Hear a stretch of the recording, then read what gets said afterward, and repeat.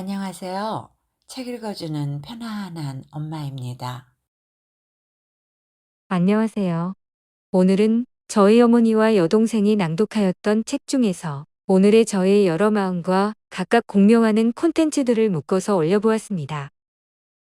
사실 오늘은 저에게 사랑받음이 무엇인지를 제대로 알게 해주신 친할머니의 기일이었습니다. 할머니의 죽음이 받아들여지기도 전에 저희 엄마도 갑자기 지구별을 떠나셨습니다.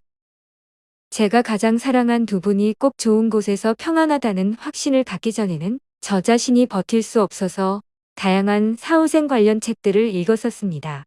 그러다 보니 종교를 비롯하여 다양한 영적 관련 이야기들도 보게 되더라고요. 저희 엄마가 예전에 초대라는 책의 영적인 부분에 공감한다고 하셨던 것이 생각나서 저 또한 읽어보았습니다. 그리고 저희 엄마가 좋아하셨던 한용운의 시도 마음에 와닿게 되었습니다. 오늘은 저희 엄마가 낭독하신 초대, 그리고 한용운의 시와 여동생이 낭독한 사후생 관련 책들을 묶어서 올렸습니다. 그러면 편안한 시간 되시기 바랍니다. 안녕하세요. 책 읽어주는 편안한 엄마입니다. 얼마 전에 뜻밖의 좋은 책을 선물 받았습니다. 10년도 전에 출판되었던 윤미솔의 에세이 초대 첫 번째 권과 두 번째 권을 받은 후 읽다 보니 여러분께 정말 읽어드리고 싶다는 생각이 들었습니다.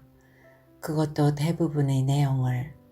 그치만 그 또한 저희 과욕일지 모르겠기에 책 두 번째 초대 속에서 첫 번째와 21번째의 이야기를 읽어드리는 것으로 만족하기로 하였습니다.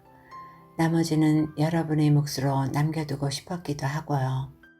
작가의 실제적, 신비한 체험 혹은 개인적인 경험을 차치하고라도 아름다운 이야기이기 때문입니다. 저의 낭독과 함께하는 이 시간이 여러분의 바쁜 일상에 잠시 쉬어갈 수 있는 쉼표의 시간이 될 수 있기를 바랍니다. 펴낸 곳, 떠도는 섬, 지은이, 윤미솔. 두 번째 초대. 첫째 장, 인사말. 이 권을 어떤 주제로 시작할까 고민하는 동안 꽤 오랜 시간이 흘렀네요. 그런데 고민한 건 무색하게 그냥 편안하게 저하고 싶은 이야기 하려고요. 예전에 학생들이 만날 웃고 노는 것 같은데 나중에 보면 그게 다 수업이었다고 저더러 사기친다고 그랬는데 오늘은 주제 생각 안 하고 정말 놀려고 그래요. 저 하고 싶은 이야기, 마음속에 떠오르는 이야기들을 주제 없이 편하게 할 테니 여러분도 편하게 읽어주세요. 이렇게 글을 쓰기 시작하면서 까맣게 잊고 지냈던 옛 기억들을 다시 떠올릴 때가 많아졌어요. 저는 미국에 온 이후로 되도록 한국에서 있었던 일들은 생각하지 않으려고 했거든요. 완전히 다른 인생을 살고 싶었으니까요. 그런데 그렇게 의식적으로 노력하다 보니 정말 기억상실증 환자처럼 과거를 까맣게 잊고 살아갈 수 있더군요. 저는 한국에서 알게 모르게 상처를 많이 받고 살았던 것 같아요. 지워버리고 싶은 기억들이 너무도 많았으니까요. 지금은 그 어느 순간도 버리고 싶지 않지만요. 그런데 아주 오래전에 일어난 일인데 그때의 느낌이 너무도 생생하게 되살아나는 일이 하나 있어요. 제가 대학 다니던 때 일이죠. 남자 선배 하나가 자기 친구 소개팅 좀 시켜달라고 자꾸 조르는 거예요. 별로 내키지는 않았지만 하도 통사정을 하기에 그러겠다고 했죠. 제가 좀 떨떠름해 보이니까 당장 친구한테 전화를 해서 확답을 받아달라네요. 그래서 둘이 학생 식당인가 어딘가에 앉아 있다가 혼자 공중전화로 갔죠. 그때는 핸드폰도 없던 시절이었거든요. 친구에게 소개팅하라고 이러이러한 사람이라고 했더니 미팅을 업으로 삼던 대학 초년생답게 흔쾌히 한다고 그러더라고요. 그러고 있는데 선배가 어느새 제 옆에 와 있더군요. 통화 내용을 들으면서 흐뭇함과 고마움을 담은 미소를 지으며 저를 지켜보고 있더라고요. 그런데 전화를 끊고 막 돌아서려는데 동전이 도로 또르르 굴러나오는 거예요. 제가 분명히 통화를 했는데도요. 그런데 그 선배 표정이 가관이었어요. 그 표정을 보고야 그 선배가 무슨 생각을 하고 있는지 눈치챘죠. 제가 친구랑 통화하는 척 연기를 했다고 생각하는 것 같았어요. 눈앞에서 동전이 다시 나왔으니 눈앞에 보이는 사실만 믿은 거죠. 제 진실은 믿어주지 않고요. 저는 그때 아무런 말도 할 수 없었어요. 정말 통화를 했다고.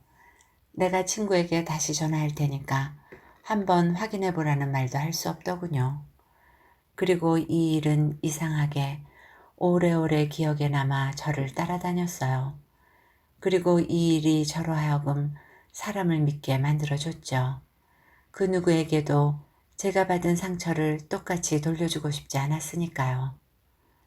몇 년 전 일이에요.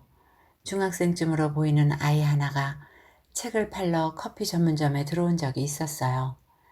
대학 학자금을 마련하려고 아르바이트를 한다더군요. 마음 같아서는 100불짜리 한 장 주고 싶은데 결혼을 한 이후로 간이 커졌나 봐요. 미국에서 누가 그렇게 만날 현찰 넣고 다니나요? 학교 갔다가 해변으로 가면 먹는 것 빼곤 다 공짜인데다 혹시 돈 쓸 일이 있으면 카드 쓰면 되니까요. 지갑을 뒤져보니 그날따라 40불밖에 없더라고요. 그래서 그 돈 주고 읽지도 않을 책 한 권 받아들고는 네 나이에 이렇게 열심히 사는 사람 드물 거라고 너 참 대단한 애라고 격려해줬죠. 그리고 집 주소 적어주고 다음에 한번 찾아오라고 했어요. 그런데 그 아이가 나가자마자 항상 촐랑거리는 일본 남자아이 하나가 그러는 거예요. 제가 대학 갈 돈 마련하려고 저러는지 어떻게 믿어? 그래서 제가 말했어요. 그게 아니라는 건 또 어떻게 하니? 만약에 제가 약 사려고 그런다고 생각해서 아무도 책 안 사주면 제 꿈은 어떻게 되는 건데? 나중에 한 사실이지만 그 아이는 진짜로 수년 후에 쓸 대학 학자금을 모으는 아이였어요. 부모에게 버림받고 위탁가정에서 자라나는 불우한 환경이었지만 마우이에 있는 칼리지가 아닌 본토에 있는 명문대학에 진학하고 싶은 꿈을 꾸고 있었죠. 그리고 그 꿈을 이루려고 아주 구체적인 계획을 세우고 최선을 다해 노력하고 있었어요. 하지만 어떤 사람들은 자기 상식, 자기 기준에 맞춰 설마 중학생이 벌써부터 학자금을 마련하려고 저러겠어. 제 부모는 뭐하고 그러면서 책을 사주지 않는 것 같았어요. 하지만 우리를 가장 피곤하게 만들고 상처받게 만드는 게 불신이라는 사실을 공중전화 사건을 계기로 알게 된 덕분에 저는 그 아이에게 상처 대신 희망을 줄 수 있었던 거죠. 그래도 아무나 턱턱 믿다가는 만날 사기당하기 딱 좋을 텐데요. 하고 걱정하실 분도 계실지 모르겠네요. 하지만 사기는 의심 없이 누군가를 순수하게 믿었기 때문이 아니라 자신의 욕심 때문에 일어나는 경우가 더 많아요. 순수한 믿음은 절대 부정적인 결과를 가져오지 않는다고 생각하거든요. 저도 사실 의심 많은 부분도 있어요. 남자를 처음부터 믿는 경우 절대 없고요. 얼마나 요리조리 점검을 해대는지 몰라요. 아주 지칠 줄 모르고 테스트를 하지요. 그러다 나중에 검자 딱지 딱 붙이고 나면 그때부터 전폭적으로 믿는 거죠. 그러지 않고 아무에게나 정주고 마음 열었다가는 남자 문제로 고민하느라 인생에 있어서 정작 중요한 일들을 소홀하게 돼요. 그러니 정말 신중하게 결정해야지요.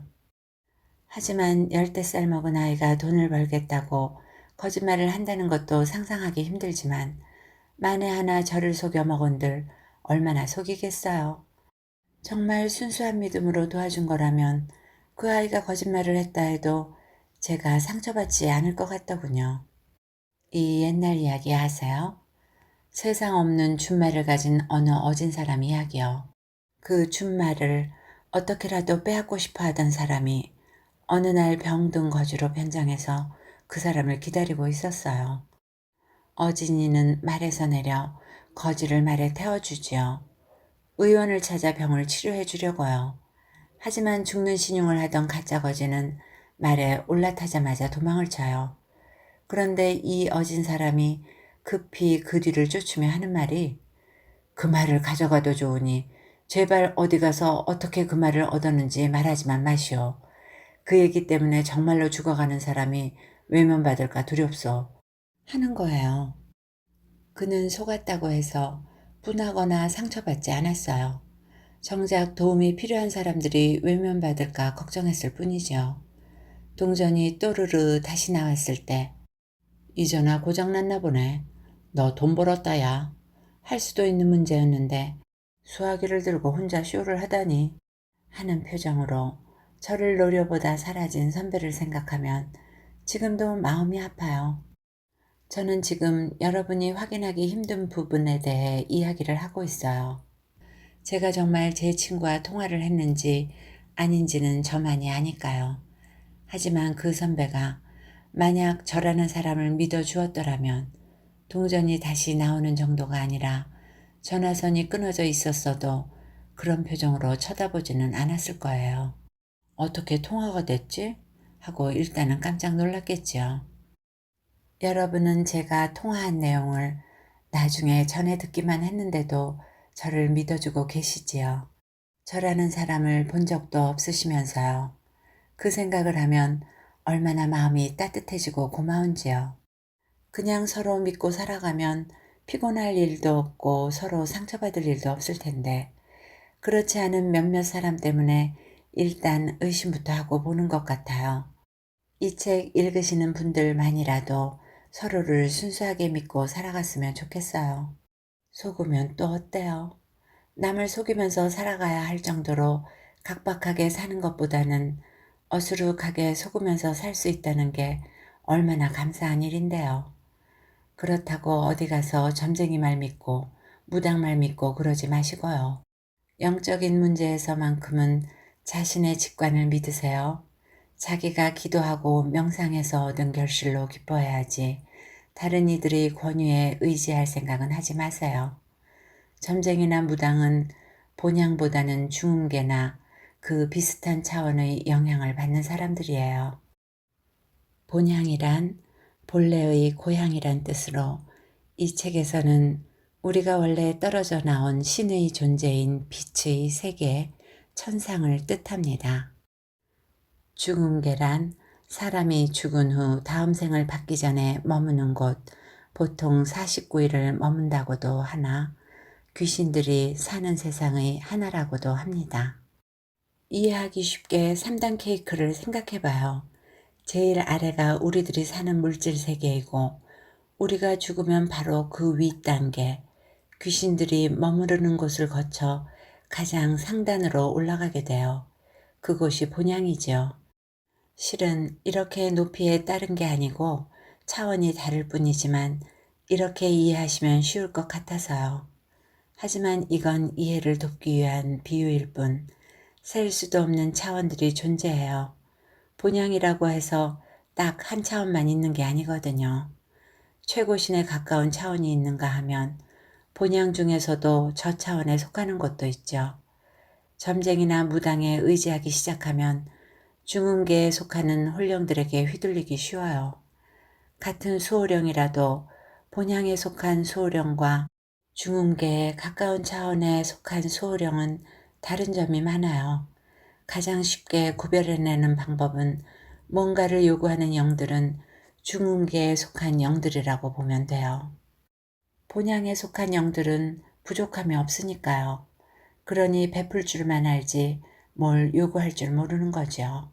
필요한 게 있어야 요구도 하는 거니까요. 무당들이 구슬하라느니 하는 건 벌써 그 영이 중음계에 가까운 차원에 있다는 뜻이에요.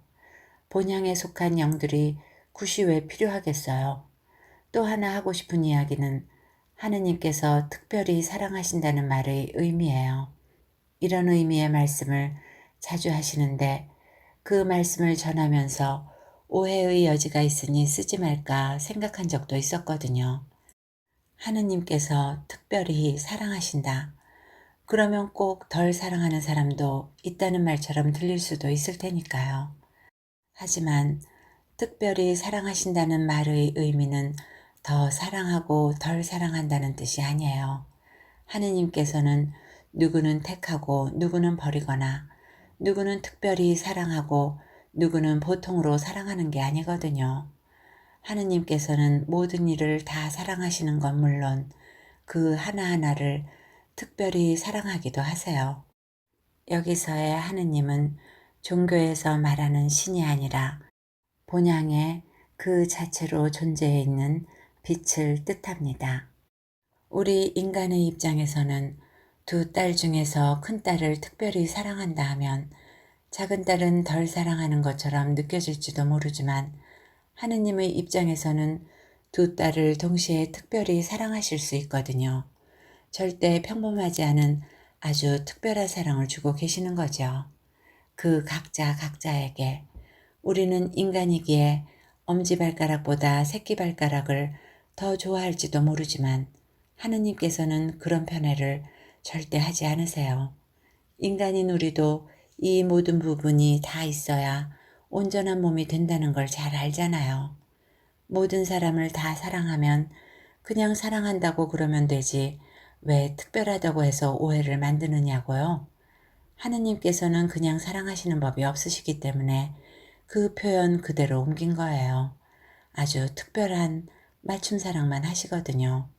55 사이즈, 66 사이즈 대량으로 만들어서 맞는 거 골라 입으라고 하실 분이 아니니까요.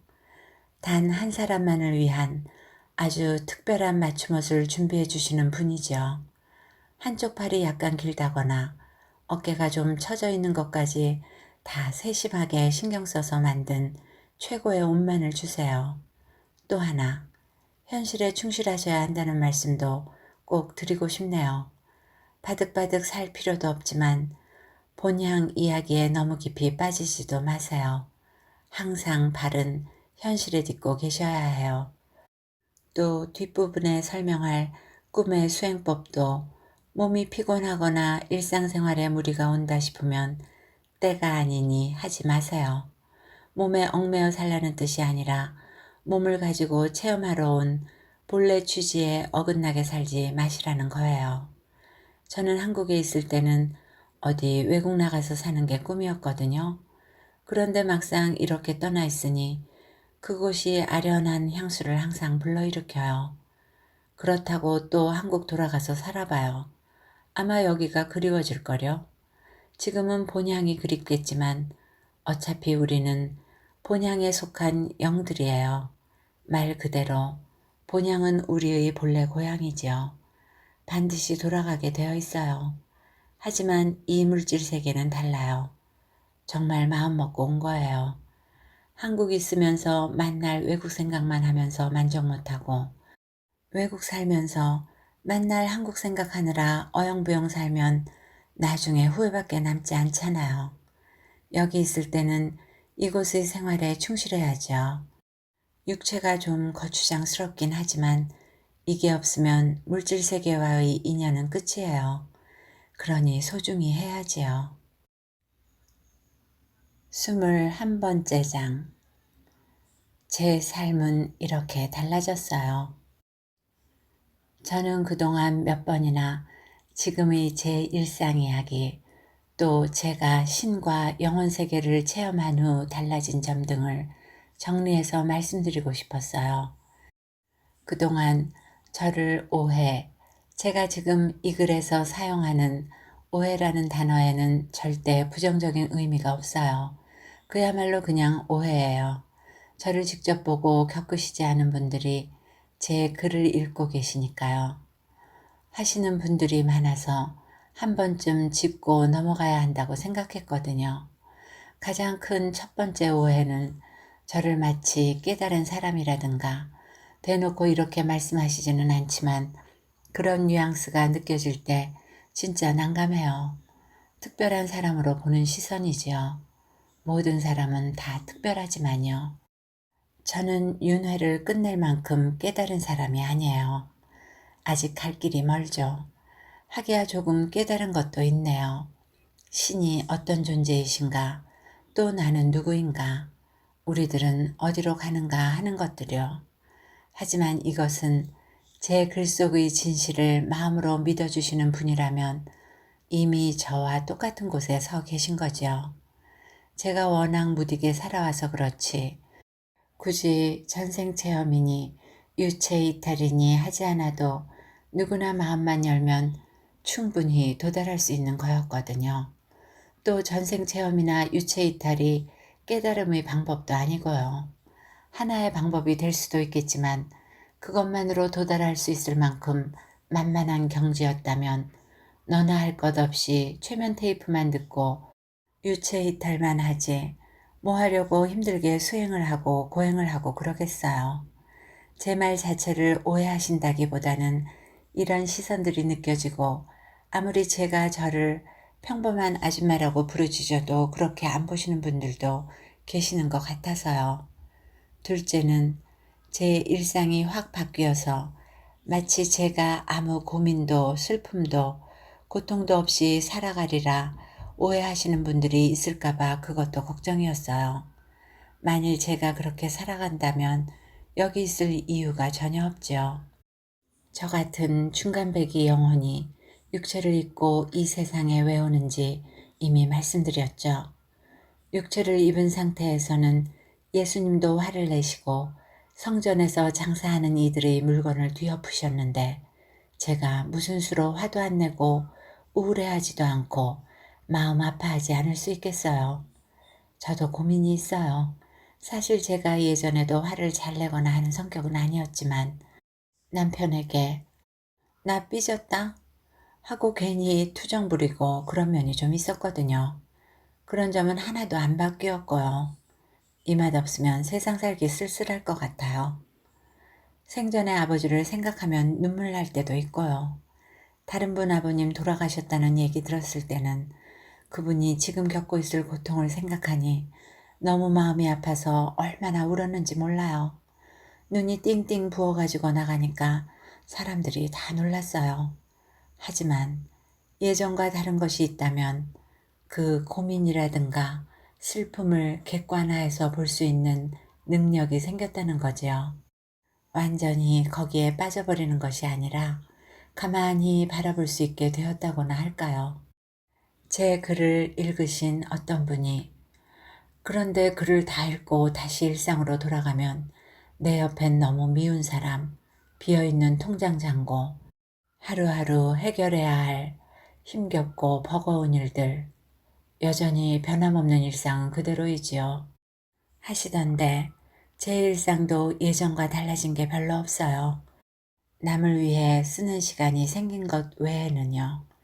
이것도 한동안 고민하고 대체 다른 사람들을 위해서 작은 도움이라도 될 만한 일을 어떻게 찾아야 하나 난감해 하다가 힘들게 찾은 것들이지요. 가만히 앉아서 신통력으로 찾아낸 게 아니라 하지만 설령 미운 사람이 있어도 다른 시각으로 볼 수 있고 이게 좀 그렇네요. 제가 우리 엄마 빼고 미운 사람이 없었거든요. 어쨌거나 엄마를 완전히 다르게 받아들이고 있으니 설령 미운 사람이 생긴다고 해도 역시 다르게 보겠지요. 마냥 괴로워하는 게 아니라 또 돈이 없다고 해도 그 문제로 골머리를 썩지는 않을 테니 세상 살기 편해진 건가요? 그냥 먹고 살 때만 있으면 별 문제는 없을 것 같아요. 그간 친구 따라 쇼핑몰에 가본 적이 한 번 있었는데 남편이 준 공짜 카드 상품권 같은 것이 잔뜩 있는데도 사고 싶은 게 하나도 없더군요. 전 절대 이런 스타일이 아니었었거든요. 제가 예전에 못해본 게 많아 멋부리는 거 한풀이 하듯 했던 여자였어요. 설령 예전처럼 돈에 찌들려 살아야 한다 해도 그것 역시 담담하게 받아들일 자신이 있어요. 꼭 돈이 많아야 행복한 게 아니니까요.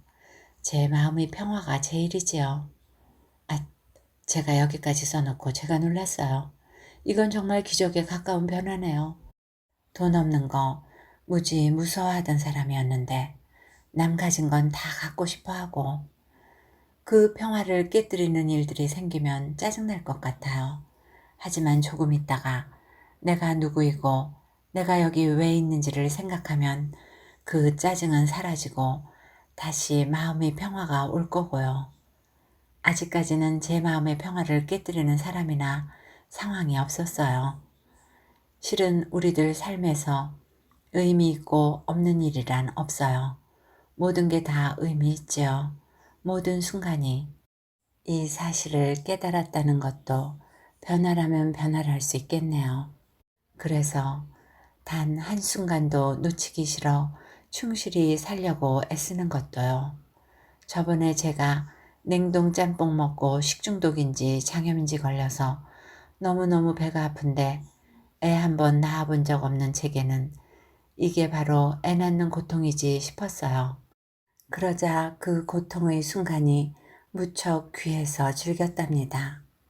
육체를 입지 않는 한 절대 느낄 수 없는 이 순간, 이 속에 제 모든 생이 하나로 되는 느낌에 전율했어요.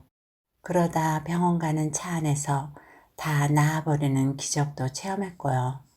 고통을 멈추게 해달라고 원한 것도 아닌데 우울증도 한번 겪은 적이 있었는데 가만히 바라보며 겪었어요.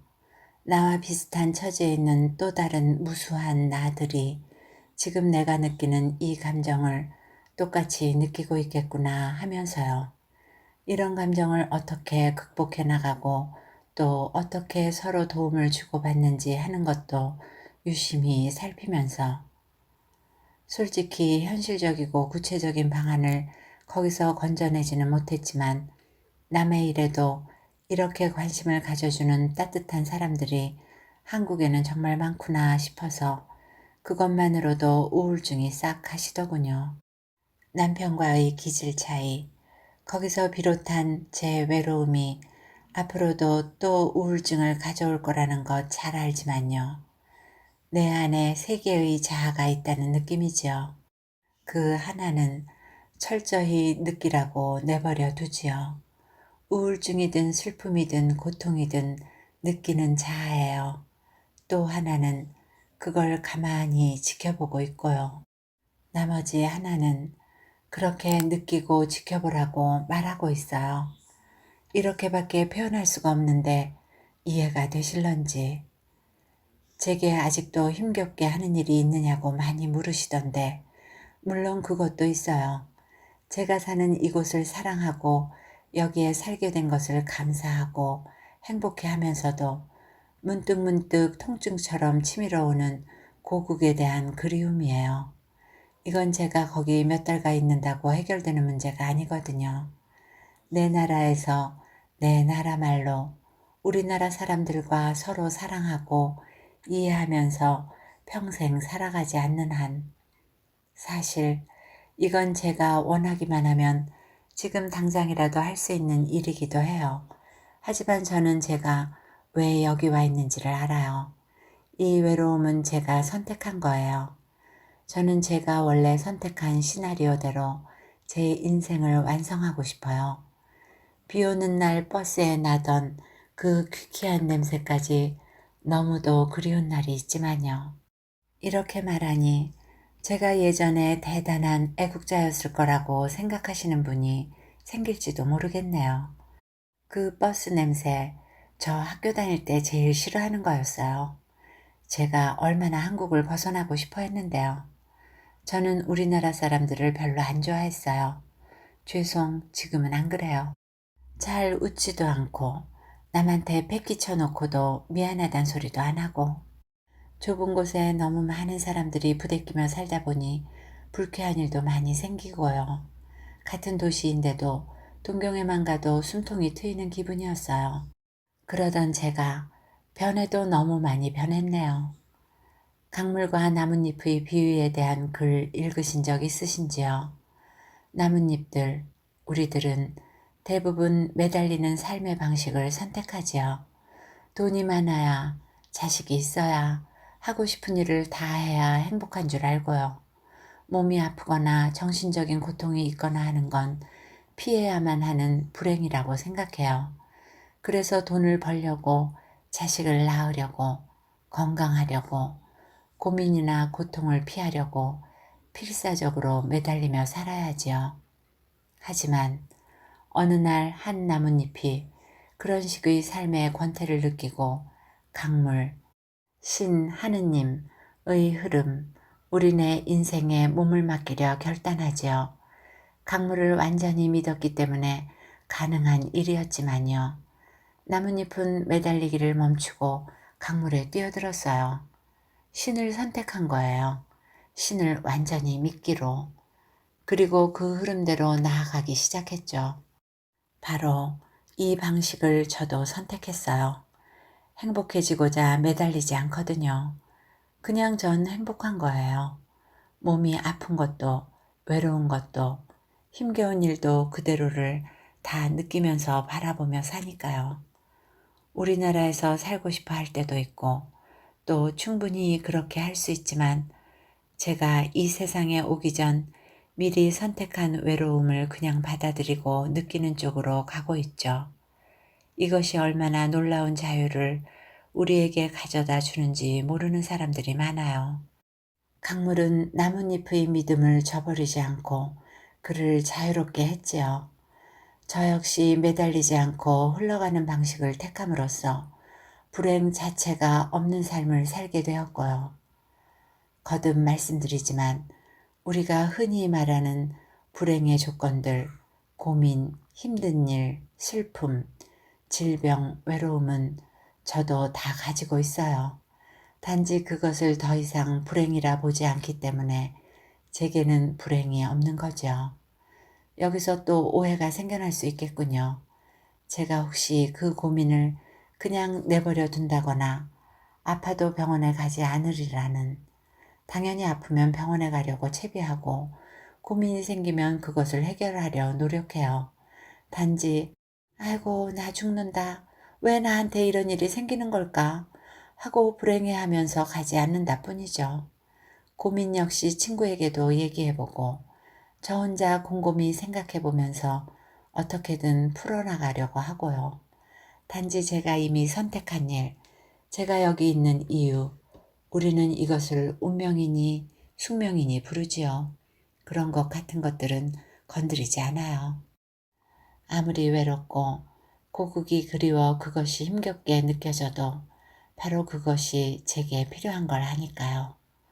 성 프란체스코의 기도문이 생각나네요. 바꿀 수 없는 것은 받아들일 수 있는 평화로운 마음을 주소서. 바꿀 수 있는 것은 그것에 도전할 수 있는 용기를 주소서. 또한 그들을 구별할 수 있는 지혜를 주소서. 바로 이 지혜를 제가 얻었는데 더 이상 뭐가 필요하고 부족한 게 있겠어요. 하지만 제 처지나 제가 당장에 느끼는 것들은 아무것도 달라진 게 없어요. 누가 저를 때리고 욕하는데 사랑의 감정이 마구 넘쳐날 리가 있겠어요. 당연히 화가 나고 이 사람 미친 거 아닌가 하는 반응이 먼저 나오겠죠. 항상 영혼의 통찰보다 육체의 지배가 먼저 오더군요. 습관의 영향도 위력적이고요. 하지만 그 순간을 느끼는 태도, 이 순간 역시 절대 놓치고 싶지 않다는, 그리고 나중에 그 사건을 바라보는 제 시선이 완전히 달라졌다는 거죠. 적어도 그 사람을 미워하거나 나도 해결사를 사서 똑같이 때려주겠다는 생각 같은 건 안 할 테니까요. 아마 그 사람이랑 오랜 인연을 맺을 거예요. 처음부터 보통 인연이 아니니까 저같이 순한 애를 때리고 그러겠죠. 그는 누구로부터든 도움이 필요한 사람이고 저와 인연이 아주 깊은 사람임에 틀림없어요. 교만과 열등감도 아주 완전이라고 볼 수는 없지만 99%는 극복한 것 같고요. 그 무엇보다도 행복해졌어요. 불행한, 남들이 불행이라고 부르기에 저도 이렇게 쓰긴 했지만 사실 제게 진짜 불행이란 건 없어요. 그 순간조차 가만히 바라볼 수 있을 만큼 행복을 느끼는 순간, 예전보다 훨씬 더 진하게 그 행복을 느끼는 것도 달라진 것이고요. 세상 모든 것이 더 아름답게 보이고 또 모든 존재를 연민으로 바라보고 절실히 이해하게 되고 물론 제 체험의 한계 내에서지만요. 제 삶이 예전보다 충실해졌다는 느낌이네요. 아, 또 있네요. 제 인생에 대한 불안과 두려움이 없어졌어요. 이렇게 되면 어떡하나, 저렇게 되면 어떡하나 하는, 이렇게 되면 이렇게 되는 대로, 또 저렇게 되면 저렇게 되는 대로 다 나름의 경험을 하게 될 테니 두려움이 없지요. 그리고 제 죽음의 순간에도 두려워하거나 미련 남기는 일 없이 아름답게 이별할 수 있을 거고요. 본향에 다시 돌아가는 것이 멋진 휴가처럼 기대된다는 것도 변화라면 변하겠네요. 근데 이 정도 변화들은 신이 어떤 분인지만 알아도 다 생기는 거 아닌가요? 앞으로 글을 쓸 때마다 또 생각나는 변화들이 있으면 간간히 섞어 나갈게요. 아참, 또 다른 오해가 하나 더 있던데 절대 제가 여러분보다 영혼의 단계가 높으리라 단정하지 마세요. 여러분이 저보다 훨씬 높은 단계에 이르러 계신 영혼일 수도 있어요. 그건 아무도 모르는 일이지요. 신의 존재조차 확실히 믿지 못하는 하등한 영혼이라뇨. 아무리 겸손히 미덕이라지만 정말 조금이라도 그렇게 생각하시는 부분이 있다면 다시 한번 생각해 보세요. 무신론자로 자처하셨던 저희 아버지도 저보다 많은 성취를 이룬 분이셨어요. 아버지는 신을 믿는 게 아니라 나를 믿고 신의 뜻이 아니라 내 뜻에 따라 살고 있다고 말씀하시곤 하셨어요. 죽음 후의 삶, 천국이나 내생을 바라는 것 자체가 욕심이라 하셨고요. 죽음이 비록 끝이라 해도 그분에겐 사는 그날까지 자신의 인생에 충실하면 되는 거라고요. 저는 애통절통했지만 아버지는 아무 한도, 미련도 없으셨죠. 우리는 신과 하나 되는, 즉 우리 자신이 신이 되는 단계를 향해 나아가는 거지 신을 믿거나 말거나는 중요하지 않아요. 오늘 제 글이 좀 미흡했더라도 그간 혹시라도 오해하시는 분 계셨으면 다 풀어주세요. 제가 저 평범하다면 그냥 평범한 걸로 믿어주세요.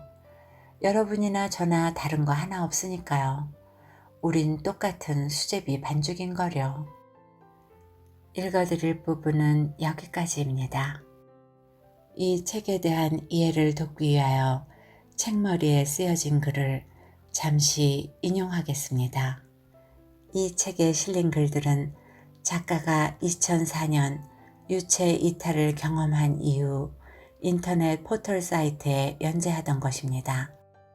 당시 폭발적 반응을 얻었으나 작가의 의도와는 다르게 일정 종교인과 마찰이 생기기 시작했고 결국 작가는 100여 개에 다다르는 글을 거의 삭제하고 연재를 그만두게 되었습니다.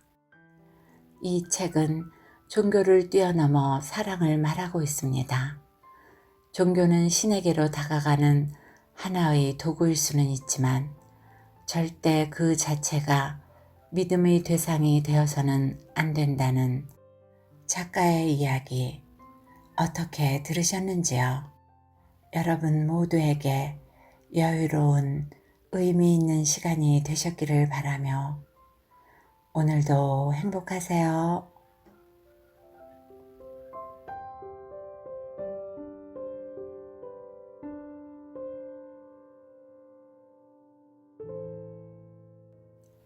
오늘은 만해 한용운 시 전집 중에 제1부 님의 침묵에 수록된 시 중에서 10여 편을 발췌해 읽어드리도록 하겠습니다.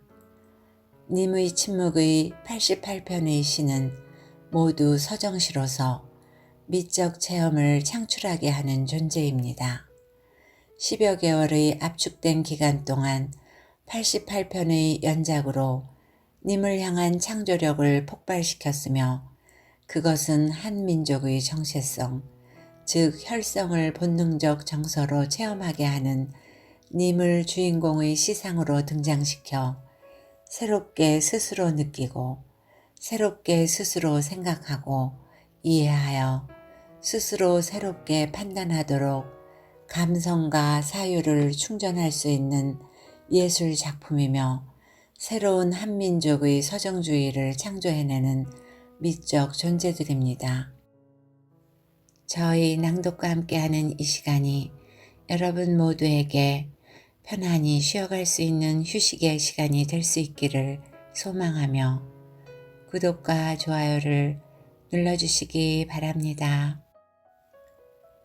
지은이, 한용운. 지은이의 군말. 님만 님이 아니라 기른 것은 다 님이다. 중생이 석가의 님이라면 철학은 칸트의 님이다. 장미꽃의 님이 봄비라면 마시니의 님은 이태리다. 님은 내가 사랑할 뿐 아니라 나를 사랑하나니라. 연애가 자유라면 님도 자유일 것이다. 그러나 너희는 이름 좋은 자유에 알뜰한 구속을 받지 않느냐. 너에게도 님이 있느냐. 있다면 님이 아니라 너희 그림자니라. 나는 해저문 벌판에서 돌아가는 길을 잃고 헤매는 어린 양이 기루어서 이 시를 쓴다. 님의 침묵. 님은 같습니다. 아, 사랑하는 나의 님은 같습니다. 푸른 산빛을 깨치고 단풍나무 숲을 향하여 난 작은 길을 걸어서 차마 떨치고 갔습니다. 황금의 꽃같이 굽고 빛나던 옛 맹서는 차디찬 티끌이 되어서 한숨의 미풍에 날아갔습니다. 날카로운 첫 키스의 추억은 나의 운명의 지침을 돌려놓고 뒷걸음쳐서 사라졌습니다. 나는 향기로운 님의 말소리에 귀먹고 꽃다운 님의 얼굴에 눈 멀었습니다. 사랑도 사람의 일이라 만날 때 미리 떠날 것을 염려하고 경계하지 아니한 것은 아니지만 이별은 뜻밖의 일이 되고 놀란 가슴은 새로운 슬픔에 터집니다. 그러나 이별을 쓸데없는 눈물의 원천을 만들고 마는 것은 스스로 사랑을 깨치는 것인 줄 아는 까닭에 걷잡을 수 없는 슬픔의 힘을 옮겨서 새 희망의 정수박이에 들어 부었습니다. 우리는 만날 때 떠날 것을 염려하는 것과 같이 떠날 때 다시 만날 것을 믿습니다. 아, 님은 같지만은 나는 님을 보내지 아니하였습니다. 제 곡조를 못 이기는 사랑의 노래는 님의 침묵을 휩싸고 돕니다. 이별은 미의 창조. 이별은 미의 창조입니다. 이별의 미는 아침의 바탕 없는 황금과 밤의 올 없는 검은 비단과 죽음 없는 영원의 생명과 시들지 않는 하늘의 푸른 꽃에도 없습니다. 님이여, 이별이 아니면 나는 눈물에서 죽었다가 웃음에서 다시 살아날 수가 없습니다. 오, 이별이여, 미는 이별의 창조입니다. 알 수 없어요. 바람도 없는 공중에 수직의 파문을 내이며 고요히 떨어지는 오동잎은 누구의 발자취입니까?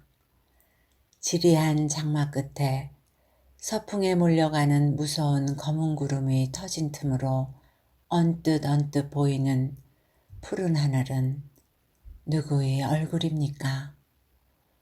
꽃도 없는 깊은 나무에 푸른 잎길을 거쳐서 옛 탑 위의 고요한 하늘을 스치는 알 수 없는 향기는 누구의 입김입니까? 근원은 알지도 못할 곳에서 나서 돌뿌리를 울리고 가늘게 흐르는 작은 시내는 굽이굽이 누구의 노래입니까?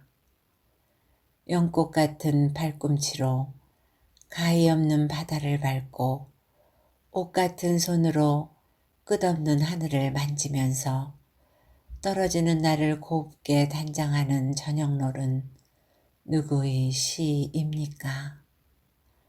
타고 남은 제가 다시 기름이 됩니다.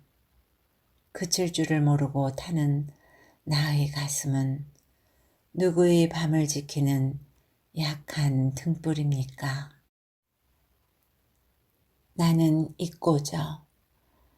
남들은 님을 생각한다지만 나는 님을 잊고저 하여요. 잊고저 할수록 생각히기로 행여 잊힐까 하고 생각하여 보았습니다. 잊으려면 생각하고 생각하면 잊히지 아니하니 잊도 말고 생각도 말아볼까요? 잊든지 생각든지 내버려 두어 볼까요? 그러나 그리도 아니 되고 끊임없는 생각에 님뿐인데 어찌하여요? 구태여 잊으려면 잊을 수가 없는 것은 아니지만 잠과 죽음뿐이기로 님 두고는 못하여요. 아, 잊히지 않는 생각보다 잊고자 하는 그것이 더욱 괴롭습니다. 나룻배와 행인. 나는 나룻배, 당신은 행인. 당신은 흙발로 나를 짓밟습니다. 나는 당신을 안고 물을 건너갑니다. 나는 당신을 안으면 깊으나 옅으나 급한 여울이나 건너갑니다. 만일 당신이 아니오시면 나는 바람을 쐬고 눈비를 맞으며 밤에서 낮까지 당신을 기다리고 있습니다. 당신은 물만 건너면 나를 돌아보지도 않고 가십니다 그려. 그러나 당신이 언제든지 오실 줄만은 알아요. 나는 당신을 기다리면서 날마다 낡아갑니다. 나는 나룻배, 당신은 행인. 잠 없는 꿈. 나는 어느 날 밤에 잠 없는 꿈을 꾸었습니다. 나의 님은 어디 있어요? 나는 님을 보러 가겠습니다. 님에게 가는 길을 가져다가 나에게 주셔요, 검이여. 너희 가려는 길은 너희 님의 오려는 길이다. 그 길을 가져다 너에게 주면 너희 님은 올 수가 없다. 내가 가기만 하면 님은 아니 와도 관계가 없습니다. 너희 님이 오려는 길을 너에게 갖다 주면 너희 님은 다른 길로 오게 된다. 네가 간데도 너희 님을 만날 수가 없다. 그러면 그 길을 가져다가 나의 님에게 주셔요. 너희 님에게 주는 것이 너에게 주는 것과 같다. 사람마다 저희 길이 각각 있는 것이다. 그러면 어찌하여야 이별한 님을 만나보겠습니까? 네가 너를 가져다가 너희 가려는 길에 주어라. 그러하고 쉬지 말고 가거라. 그리할 마음은 있지만은 그 길에도 고개도 많고 물도 많습니다. 갈 수가 없습니다. 검은 그러면 너희 님을 가슴에 안겨주마 하고 나의 님을 나에게 안겨주었습니다. 나는 나의 님을 힘껏 껴안았습니다. 나의 팔이 나의 가슴을 아프도록 다칠 때에 나의 두 팔에 베어진 허공은 나의 팔을 뒤에 두고 이어졌습니다. 님의 손길, 님의 사랑은 강철을 녹이는 불보다도 뜨거운데 님의 손길은 너무 차서 한도가 없습니다. 나는 이 세상에서 서늘한 것도 보고 찬 것도 보았습니다. 그러나 님의 손길같이 찬 것은 볼 수가 없습니다. 국화핀 서리 아침에 떨어진 잎새를 울리고 오는 가을 바람도 님의 손길보다는 차지 못합니다. 달이 작고 별에 뿔나는 겨울밤에 얼음 위에 쌓인 눈도 님의 손길보다는 차지 못합니다. 감로와 같이 청량한 선사의 설법도 님의 손길보다는 차지 못합니다. 나의 작은 가슴에 타오르는 불꽃은 님의 손길이 아니고는 끄는 수가 없습니다. 님의 손길의 온도를 측량할 만한 한란계는 나의 가슴 밖에는 아무데도 없습니다. 님의 사랑은 불보다도 뜨거워서 근심 산을 태우고 한 바다를 말리는데 님의 손길은 너무도 차서 한도가 없습니다. 해당화. 당신은 해당화 피기 전에 오신다고 하였습니다. 봄은 벌써 늦었습니다. 봄이 오기 전에는 어서 오기를 바랐더니 봄이 오고 보니 너무 일찍 왔나 두려워합니다. 철모르는 아이들은 뒷동산에 해당화가 피었다고 다투어 말하기로 듣고도 못 들은 채 하였더니 야속한 봄바람은 나는 꽃을 불어서 경대 위에 놓입니다 그려. 시름 없이 꽃을 주어서 입술에 대고 너는 언제 피었니? 하고 물었습니다. 꽃은 말도 없이 나의 눈물에 비쳐서 둘도 되고 셋도 됩니다. 님의 얼굴. 님의 얼굴을 어여쁘다고 하는 말은 적당한 말이 아닙니다. 어여쁘다는 말은 인간 사람의 얼굴에 대한 말이요. 님은 인간의 것이라고 할 수가 없을 만치 어여쁜 까닭입니다. 자연은 어찌하여 그렇게 어여쁜 님을 인간으로 보냈는지 아무리 생각하여도 알 수가 없습니다. 알겠습니다. 자연의 가운데에는 님의 짝이 될 만한 무엇이 없는 까닭입니다.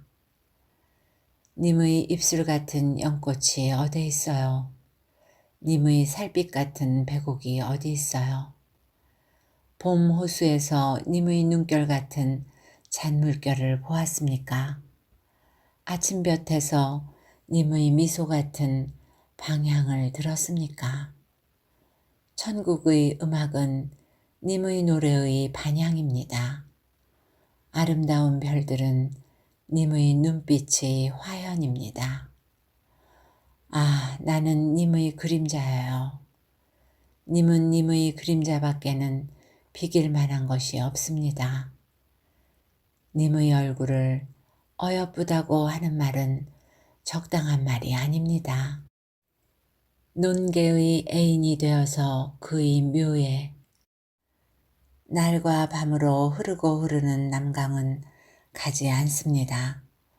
바람과 비에 우두커니 솟는 촉성루는 살 같은 광음을 따라서 다름질 칩니다. 논개여, 나에게 울음과 웃음을 동시에 주는 사랑하는 논개여. 그대는 조선의 무덤 가운데 피었던 좋은 꽃의 하나이다. 그래서 그 향기는 썩지 않는다. 나는 시인으로 그대의 애인이 되었노라. 그대는 어디 있느뇨? 죽지 않은 그대가 이 세상에는 없구나. 나는 황금의 칼에 베어진 꽃과 같이 향기롭고 애처로운 그대의 당년을 회상한다. 술향기에 목마친 고요한 노래는 옥에 묻힌 썩은 칼을 울렸다. 춤추는 소매를 안고 도는 무서운 찬바람은 귀신나라의 꽃수풀을 거쳐서 떨어지는 해를 얼렸다. 가냘픈 그대의 마음은 비록 침착하였지만 떨리는 것보다도 더욱 무서웠다. 아름답고 무독한 그대의 눈은 비록 웃었지만 우는 것보다도 더욱 슬펐다. 붉은 듯 하다가 푸르고 푸른 듯 하다가 희어지며 가늘게 떨리는 그대의 입술은 웃음의 조은이냐 울음의 모우이냐 새벽달의 비밀이냐 이슬꽃의 상징이냐 삐삐 같은 그대의 손에 꺾이우지 못한 낙화대의 남은 꽃은 부끄럼에 취하여 얼굴이 붉었다. 옷 같은 그대의 발꿈치에 밟히운 강 언덕의 묵은 이끼는 교궁에 넘쳐서 푸른 사롱으로 자기의 제명을 가리었다. 아, 나는 그대도 없는 빈 무덤 같은 집을 그대의 집이라고 부릅니다. 만일 이름뿐만이나마 그대의 집도 없으면 그대의 이름을 불러볼 기회가 없는 까닭입니다. 나는 꽃을 사랑합니다마는 그대의 집에 피어있는 꽃을 꺾을 수는 없습니다. 그대의 집에 피어있는 꽃을 꺾으려면 나의 창자가 먼저 꺾어지는 까닭입니다. 나는 꽃을 사랑합니다마는 그대의 집에 꽃을 심을 수는 없습니다. 그대의 집에 꽃을 심으려면 나의 가슴에 가시가 먼저 심어지는 까닭입니다. 용서하여요, 농개여. 금석 같은 굳은 언약을 저버린 것은 그대가 아니요 나입니다. 용서하여요, 농개여. 쓸쓸하고 호젓한 잠자리에 외로이 누워서 끼친 한에 울고 있는 것은 내가 아니요 그대입니다. 나의 가슴에 사랑의 글자를 황금으로 새겨서 그대의 사당에 기념비를 세운들 그대에게 무슨 위로가 되오리까. 나의 노래에 눈물의 곡조를 낙인으로 찍어서 그대의 사당에 제종을 울린데도 나에게 무슨 속죄가 되오리까. 나는 다만 그대의 유언대로 그대에게 다하지 못한 사랑을 영원히 다른 여자에게 주지 아니할 뿐입니다. 그것은 그대의 얼굴과 같이 잊을 수가 없는 맹서입니다. 용서하여요, 농개여. 그대가 용서하면 나의 죄는 신에게 참회를 아니한데도 사라지겠습니다. 천추에 죽지 않는 농개여.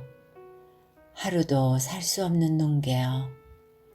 그대를 사랑하는 나의 마음이 얼마나 즐거우며 얼마나 슬프겠는가. 나는 웃음이 겨워서 눈물이 되고 눈물이 겨워서 웃음이 됩니다.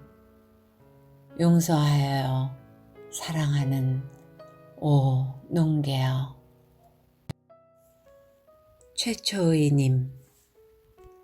맨 처음에 만난 님과 님은 누구이며 어느 때인가요?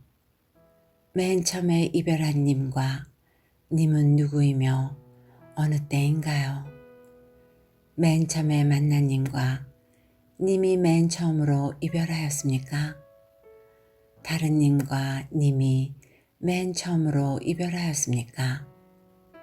나는 맨 처음에 만난 님과 님이 맨 처음으로 이별한 줄로 압니다. 만나고 이별이 없는 것은 님이 아니라 나입니다. 이별하고 만나지 않는 것은 님이 아니라 길을 가는 사람입니다. 우리들은 님에 대하여 만날 때에 이별을 염려하고 이별할 때에 만남을 기약합니다.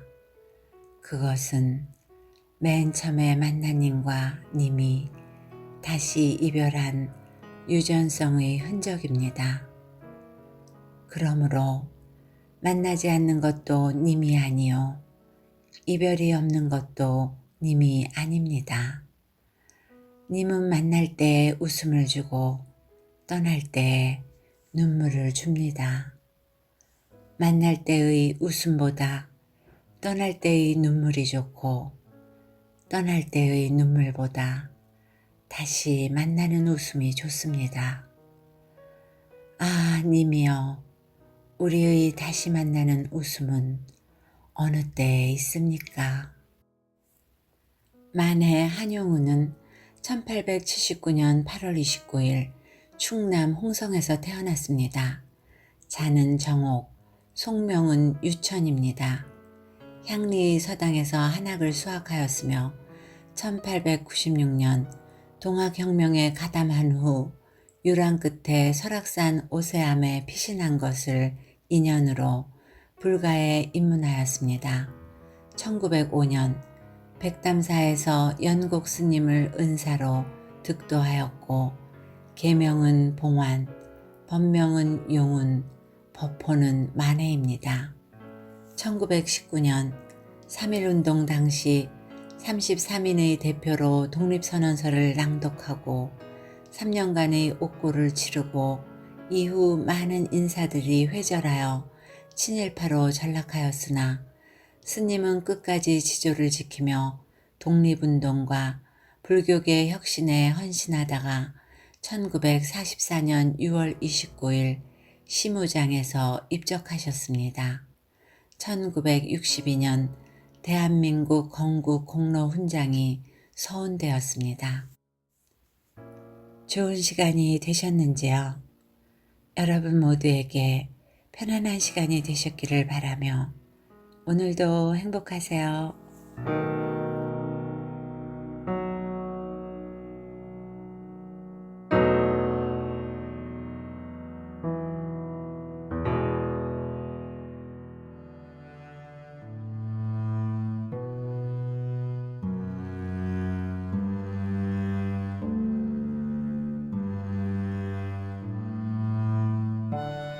안녕하세요.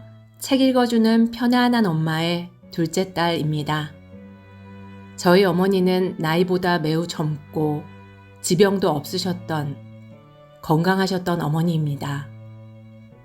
물론 몸이 약하셔서 감기에 걸리시거나 피곤해 하신 적은 있어도 크게 아프셨던 적이 없었기에 우리 가족 그 누구도 생각하지 못했던 일이 벌어졌어요. 2023년 12월 29일 평상시처럼 아빠와 맛있게 아침 식사를 하시고 아빠가 잠깐 운동하러 나가신 사이에 저희 어머니는 집에서 심장마비로 쓰러지셨습니다. 저희 언니는 그때 외국에 있었고요. 아빠의 다급한 전화를 받고 바로 한국에 왔습니다. 이하 저희 언니가 쓴 글을 그대로 읽도록 하겠습니다. 어머니가 돌아가시기 전날 낮에 엄마와 통화했던 게 마지막 통화가 될 줄은 상상도 못했습니다. 하루에도 수시로 전화를 했던 큰딸이 무소식이 희소식이라며 작년에는 전화 횟수를 많이 줄였었는데요. 며칠 만에 전화했는데 감기가 나아졌다는 밝은 엄마의 목소리를 들으며 기분 좋게 통화를 했습니다. 그날 밤에 전 오래간만에 어머니 채널 영상을 들었고 낭독 좋았다고 얘기해 드리려고 한 번 더 엄마에게 전화를 하려다 한국 아침 식사 시간이기도 했고 또 자주 전화하는 습관이 돌아올까봐 그냥 참았습니다. 그러고 잠든 새벽 시간에 잠잘 때 어떤 소리에도 깨지 않는 제가 새벽 5시 아빠의 전화를 받고 일어났습니다. 예고도 없이 찾아온 말도 안 되는 상황이 끔찍하게 잔인한 무서운 꿈이기를 바라며 어떻게 한국에 왔는지도 모르고 정신없이 장례식장으로 갔습니다. 야속하게 그날 서울엔 40년 만에 폭설이 왔고 공항에서 장례식장으로 가는 차 안에서 전 목 놓아 울었습니다. 도저히 믿기지 않는 상황에 끝도 없이 눈물이 흘렀고 그렇게 며칠은 어떻게 지나갔는지 모르겠습니다. 발인을 마치고 집에 가서 보니 엄마가 항상 녹음하시던 방에 다음 영상을 위해 읽으시던 책들이 고스란히 펼쳐져 있더군요. 엄마가 이 유튜브 채널을 하시면서 얼마나 행복해 하셨는지, 일주일에 2번씩 올리는 자신을 얼마나 뿌듯해 하셨는지 생각이 나면서 가슴이 미어졌습니다. 하지만 그 상황에 그렇게 꾸준히 해오던 유튜브에 공백이 생기면 안 된다는 생각에 커뮤니티에 글을 올렸었어요. 그때 당시에 여동생에게 어느 정도 안정이 되면 지속할 것을 권유했었지만 엄마의 채널로 남겨두자는 것으로 마무리가 됐었습니다. 하지만 시간이 지나면서 다시 생각해보니 항상 1000권을 채우는 것이 엄마의 목표라고 하셨던 게 생각이 났습니다. 전업주부로 평생을 자식들을 위해 사시면서 당신의 꿈이나 삶에는 관심이 없으셨던 엄마가 드디어 노년에 본인의 즐거운 취미 생활을 찾으셨다며 가장 잘한 것이 책 낭독을 시작한 것이라고 말씀하시곤 했어요. 그래서 엄마의 1000권의 뜻을 이뤄드리는 것이 하늘에 계신 엄마도 더 좋아하지 않으실까 하는 생각에 동생에게 다시 제안을 했고 동생도 동의하여 저희는 이 채널을 다시 하기로 결정하였습니다. 다소 미흡하고 저희 엄마가 하셨을 때처럼 주기적으로 올리지는 못하더라도 저희 엄마의 소원대로 1000권을 채우는 날까지 좋은 책들 소개 혹은 낭독하여 올리겠습니다.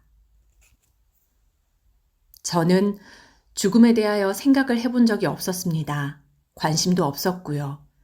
어차피 다 죽는 것이고 언제 일어날지 알 수 없는 것이라 내가 컨트롤할 수 있는 것이 아니기에 두렵지도 않고 궁금하지도 않았습니다. 제가 너무나도 사랑했던 친할머니도 작년 3월 말에 돌아가셨는데요. 그 슬픔이 가시기도 전에 저는 세상에서 가장 사랑했고 최고의 친구였던 엄마와 이별하게 되었습니다. 할머니가 돌아가시고 나서 전 너무 슬퍼서 최근까지 할머니 사진을 못 봤었어요. 그래도 할머니는 90이 넘으셨었고 몇 년 동안 편찮으셨기에 어느 정도 마음의 준비는 하고 있었습니다. 하지만 젊고 건강하셨던 엄마가 갑자기 떠나보낸 슬픔은 도저히 주체가 안 되고 말로는 표현이 안 되는 너무너무나도 고통스러운 아픔이자 슬픔입니다. 심장이 너무 아파서 차라리 이대로 나도 죽었으면 좋겠다는 생각이 들었어요. 할머니 때와는 달리 엄마가 마치 살아있는 양 엄마 사진과 대화하고 엄마 목소리를 들을 수 있는 유튜브를 계속 들었습니다. 그러다 엄마와의 톡을 다시 쭉 훑어보게 되었는데 작년 11월 말일에 저희 엄마가 티베트 사자에서 사후의 영들의 여정에 관한 책 내용 유튜브 링크를 공유한 것을 보았습니다. 저와 엄마는 철학적 혹은 종교적 가르침에 관련된 유튜브 링크를 공유하곤 했었는데요. 제가 우연히 본 근사체험자 관련 영상을 톡으로 보냈었는데 그거에 이어 저희 엄마가 보낸 것이었어요. 시간 될 때 봐야지 하고 안 보고 지나갔었는데 엄마와의 대화를 다시 보다 그 영상을 발견하고 바로 영상 내용을 확인해 보았습니다. 티베트 사자에서는 고인이 떠난 후 살아있는 사람들이 기도를 함으로써 임종자를 좋은 곳으로 인도할 수 있다는 내용이었습니다. 이 책을 시작으로 저는 죽음 이후에 관련된 책들과 자료들을 파고들게 되었어요. 저는 너무 슬퍼서 어떻게 사고를 하고 행동을 해야 할지 모르겠더군요. 말도 안 되지만 몰래카메라여서 엄마가 어딘가에서 나타날지 모른다는 망상, 말도 안 되는 희망을 가진 채 책들을 미친 듯이 읽었는데 이 책들을 통해서 저희 엄마는 좋은 곳에 계시다는 믿음에 조금이나마 위안을 받을 수 있었습니다.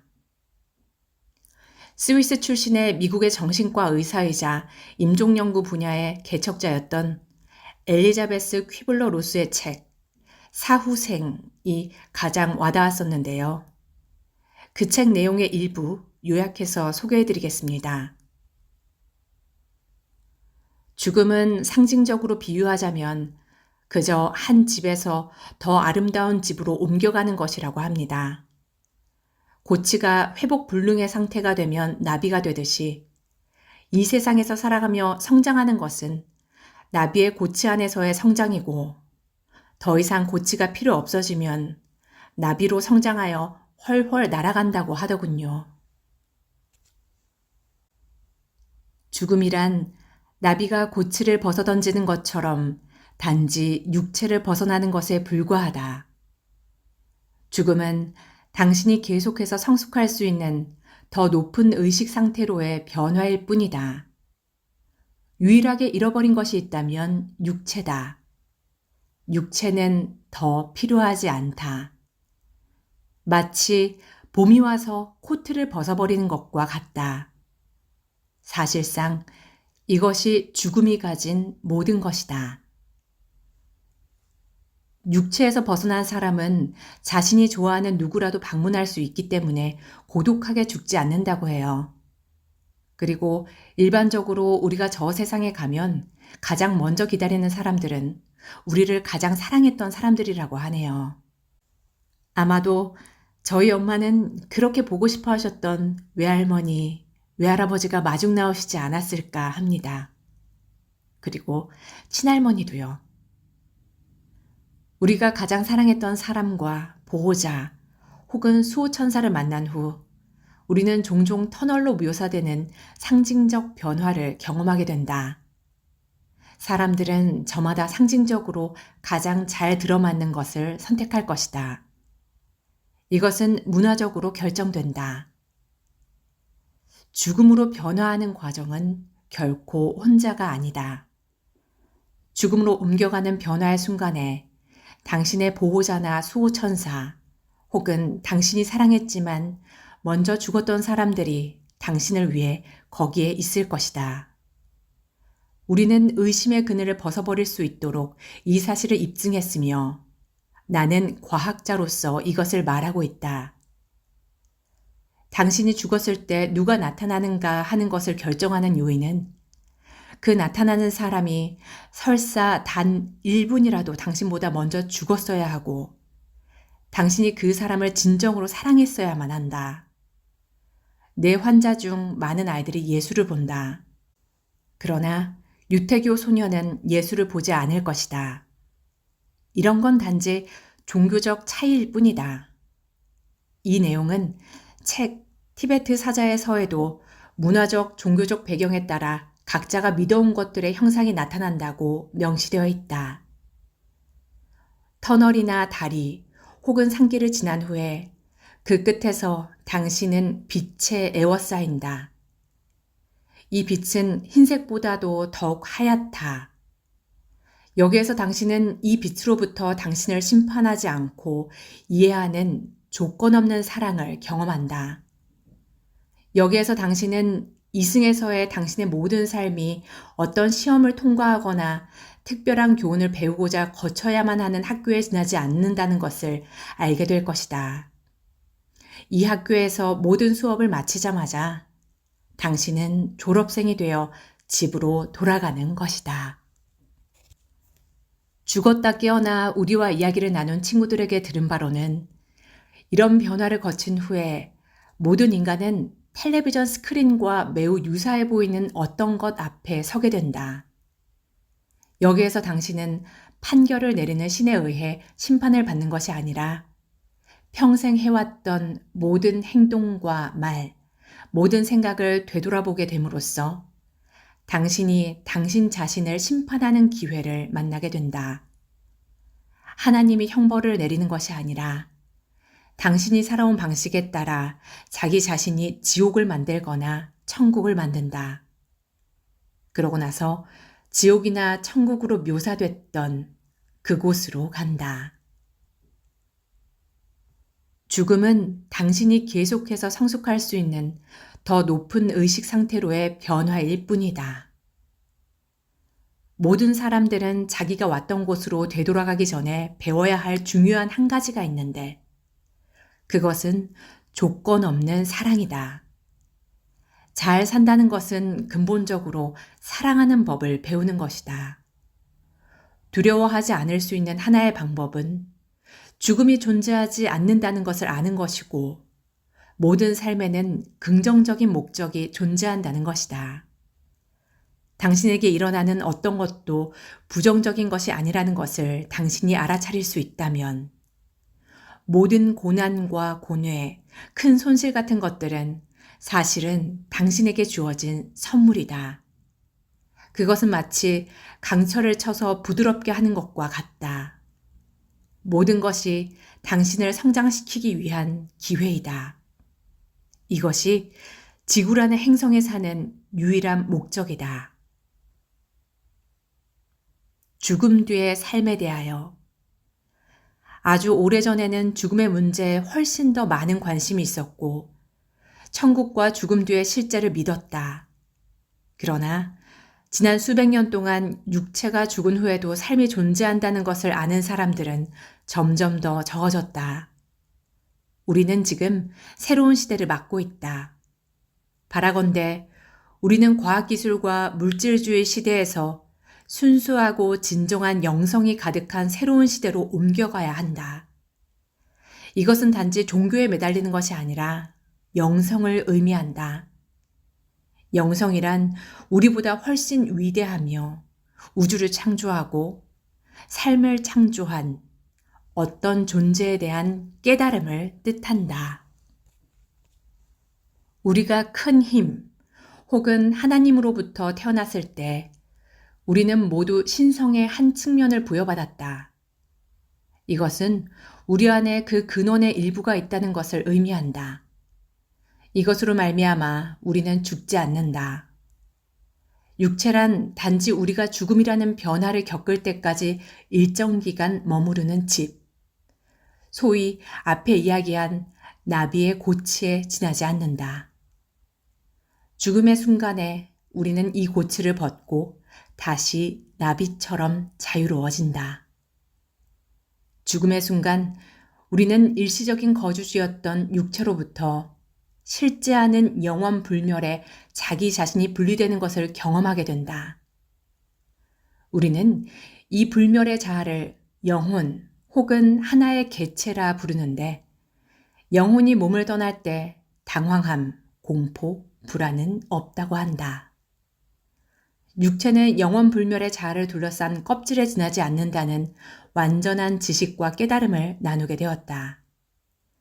우리에게 맡긴 삶을 끝내고 하나님 혹은 근원과 합할 때 몸을 남겨두고 태어나기 이전의 형태로 돌아간다. 존재하는 순간부터 마지막 순간까지 우리는 항상 자신만의 정체성과 자신만의 고유한 에너지 패턴을 유지하고 있다.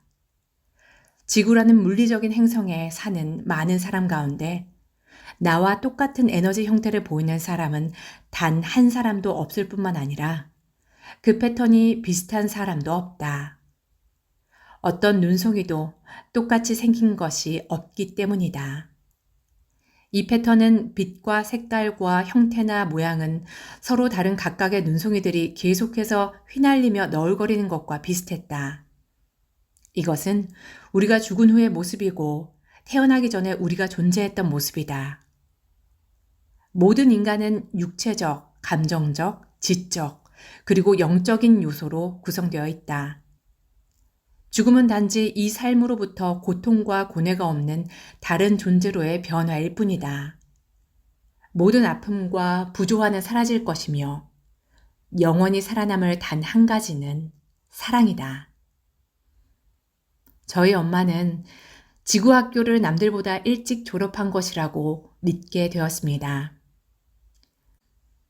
그래도 여전히 온몸을 누르는 슬픔은 견딜 수 없어 같은 작가, 임종 분야 전문가인 엘리자베스 퀴블러 로스가 쓴 상실 수업이라는 책을 읽었는데, 그녀가 말하기를 슬픔은 사라지는 것이 아니라 평생 갖고 가야 할 것이지만 어떻게 이 슬픔과 같이 살아가느냐를 알아가야 한다는 것을 알았습니다.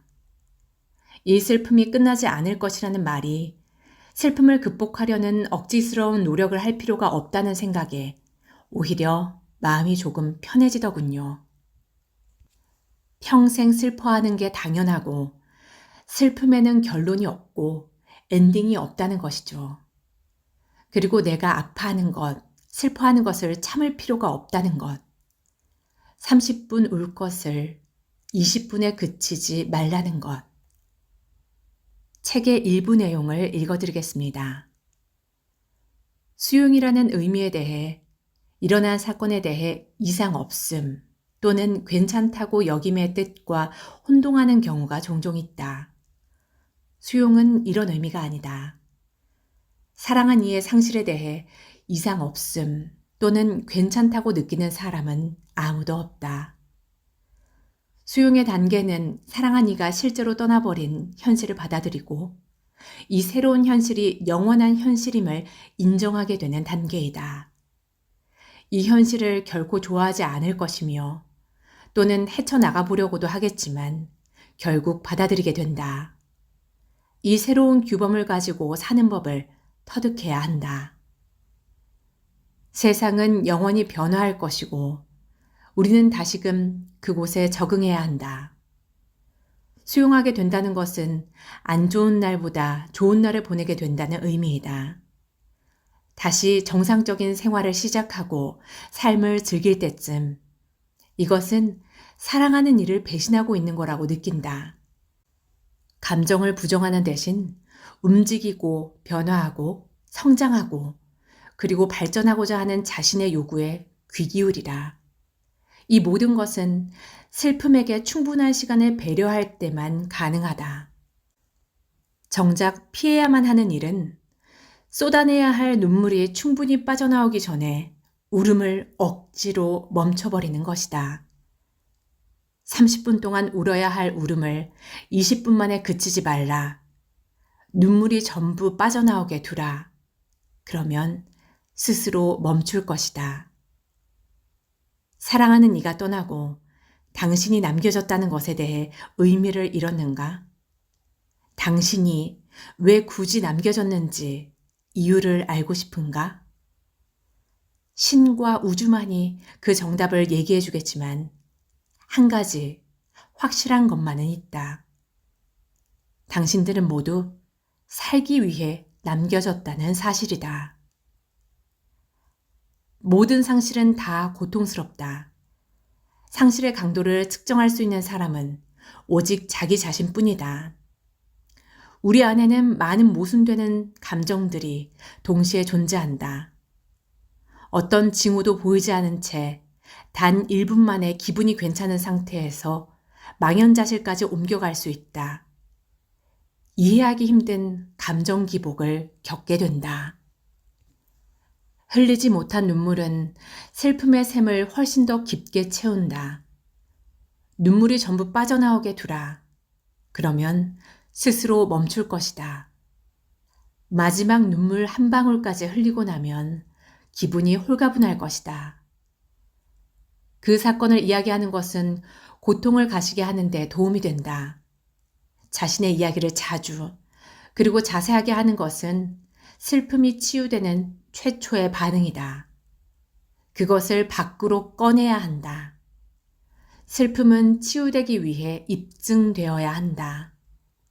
슬픔을 나누는 것은 슬픔을 덜어내는 일이다. 상실이 엄습해 올 때 애도해야 할 눈에 보이는 상실이 있을 뿐만 아니라 삶이 어때야 한다는 믿음과 가정도 산산조각난다. 이런 삶의 믿음은 따로 떼어서 애도해야 한다. 때로는 그것을 먼저 슬퍼해야 한다. 머리로는 나쁜 일이 생길 수 있다는 걸 알고 있다. 하지만 그 일은 다른 사람에게나 있을 뿐이지 자기 자신에게는 아니며 자신이 살아갈 세상은 아니라고 단정짓는다. 이런 일이 다른 사람에게는 일어나지 않고 내게 일어났다는 사실을 일깨우며 우리 자신의 상실을 존중해 주어야 한다. 왜 하필 나인가? 라는 질문을 가지고 살아가도록 시간을 가지라. 상실 후에 오는 고립감은 정상적이고 예상했던 것이며 건강한 것이다. 내가 말할 수 있는 건 다시 예전처럼 살아갈 시간이 올 거라는 걸 알고 있지만 지금은 그때가 아니라는 거다. 사후의 삶에 대한 진실이 무엇이든 죽음은 인간이 상상하는 대로 존재하지 않는다는 것은 확실하다. 만일 사랑하는 이가 옆에 존재하고 있다고 느낀다면 그것을 의심하지 말라. 그들은 여전히 존재하고 있다. 탄생이 시작도 아니고 죽음이 끝도 아니다. 단지 연속선 위에 하나의 정거장에 불과하다. 죽음은 모든 것의 끝이라고 여기는 일반적인 전통적 형태로 존재하지 않는다. 죽어서도 사랑한 이는 여전히 존재하고 있음을 우리는 온 마음을 다해 믿고 있다. 대부분 사회에서는 육신은 단지 코트, 즉 이 생애에서 인간이 입는 옷 한 벌에 불과하다고 믿는다.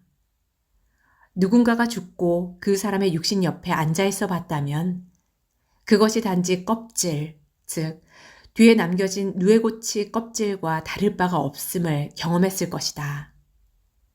그의 영혼이 사라져버렸음을 느낄 수 있다. 삶은 육신의 죽음을 뛰어넘어 계속된다. 죽음은 나비가 누에고치를 깨고 나오는 과정 속에 일어나는 따뜻함과 고요함에 불과하다. 그 나비를 볼 수는 없지만 사랑한 이가 더 이상 고통 속에 있지 않으며 관 속에 갇혀 있거나 병상에 있지 않다는 것을 알고 있다.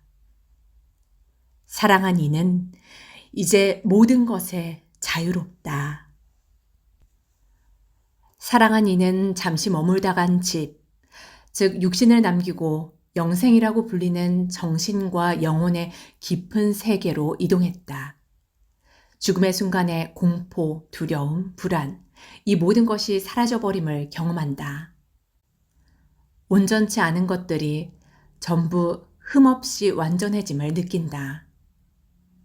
그것은 마치 발을 절단하는 수술을 받은 사람이 다리가 느껴지고 귀가 들리지 않은 사람에게 아름다운 노래가 들리는 것과 같다. 자신의 감정들을 느끼고 그것을 경험할 시간을 가지라. 친구들이 돕게 놔두고 도와준다는 제안을 거절하지 말라. 그대로 잠시 시간을 가지라. 누군가 안부를 물을 때 자동적으로 좋아 라고 말하지 말라. 그 대신 너무 힘든 시간을 보내고 있어. 날 확인해줘서 고마워. 또는 도움이 필요한데 어떻게 부탁해야 할지를 모르겠어 라고 대답할 수 있다.